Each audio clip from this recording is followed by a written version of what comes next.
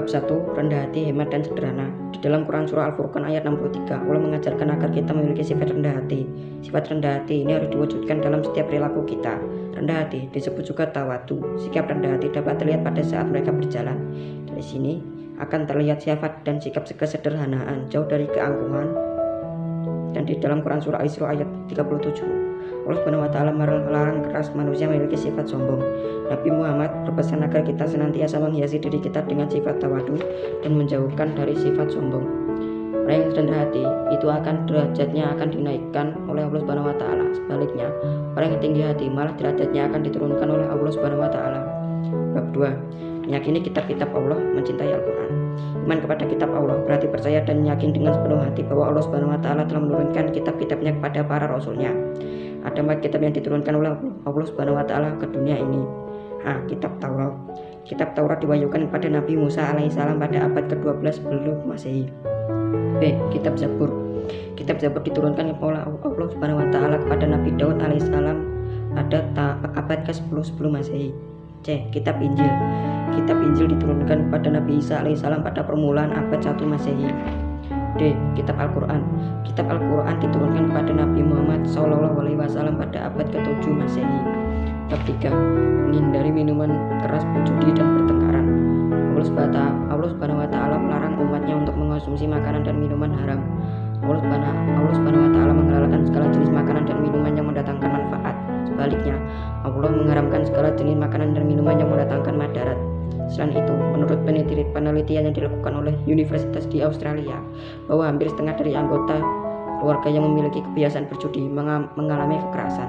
Keluarganya menjadi hancur dan anak-anaknya menanggung penderitaan berkepanjangan. Bab 4. Sholat sunnah. Sholat sunnah adalah sholat yang dianjurkan untuk mengerjakannya. Di antara sekian banyaknya sholat sunnah, ada yang ditekankan untuk dikerjakan dengan berjamaah, ada yang dikerjakan secara munfarid, dan ada yang dikerjakan secara berjamaah atau munfarid. Contoh sholat sunnah berjamaah: sholat Idul Fitri, sholat Idul Adha, sholat kusuf gerhana matahari, sholat kusuf gerhana bulan, dan sholat istiqo. Contoh sholat sunnah munfarid: sholat rawatib, sholat tahiyatul masjid, dan sholat istiqoroh.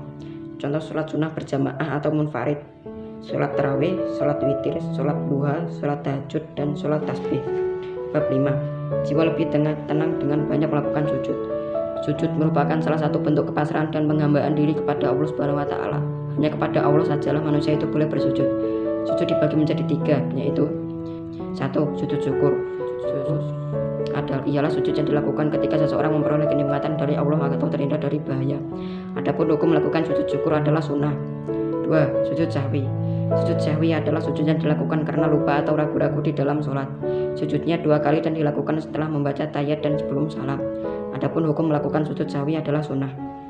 3. Sujud tilawah.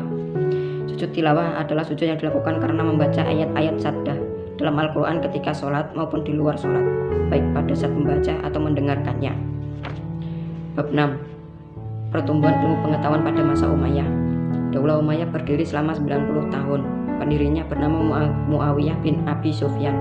Pemerintahan Daulah Umayyah dibagi menjadi 2, yaitu 1. Daulah Umayyah di Damaskus. Daulah Umayyah menjadikan Damaskus sebagai pusat pemerintahannya. Kalian pasti tahu bahwa saat ini Damaskus menjadi ibu kota negara Suriah. Pada saat Daulah Umayyah diperintah oleh Ali Al-Walid bin Abdul Malik, keadaan negara sangat tentram, makmur, dan tertib. Umat Islam merasa nyaman dan hidup bahagia. Selain kemajuan dalam bidang pemerintahan, ilmu pengetahuan juga dikembangkan pada masa itu. Perkembangan ilmu pengetahuan tersebut meliputi ilmu agama, ilmu sejarah, dan geografi, ilmu pengetahuan bidang bahasa, dan bidang ilmu filsafat. 2. Daulah Umayyah di Andalusia. Kekuasaan Bani Umayyah di Damaskus berakhir pada tahun 750 Masehi.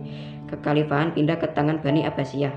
Namun, salah satu penerus Bani Umayyah yang bernama Abdurrahman Ad-Dakhil dapat meloloskan diri pada tahun 755. Ia dapat lolos dari kerajaan pasukan Bani Abbasiyah dan masuk ke Andalusia, Spanyol. Pada masa pemerintahan Daulah Umayyah di Andalusia, Cordoba menjadi pusat perkembangannya ilmu pengetahuan. Kemajuan ilmu pengetahuan dan kebudayaan di kota Cordoba ditandai dengan adanya Universitas Cordoba.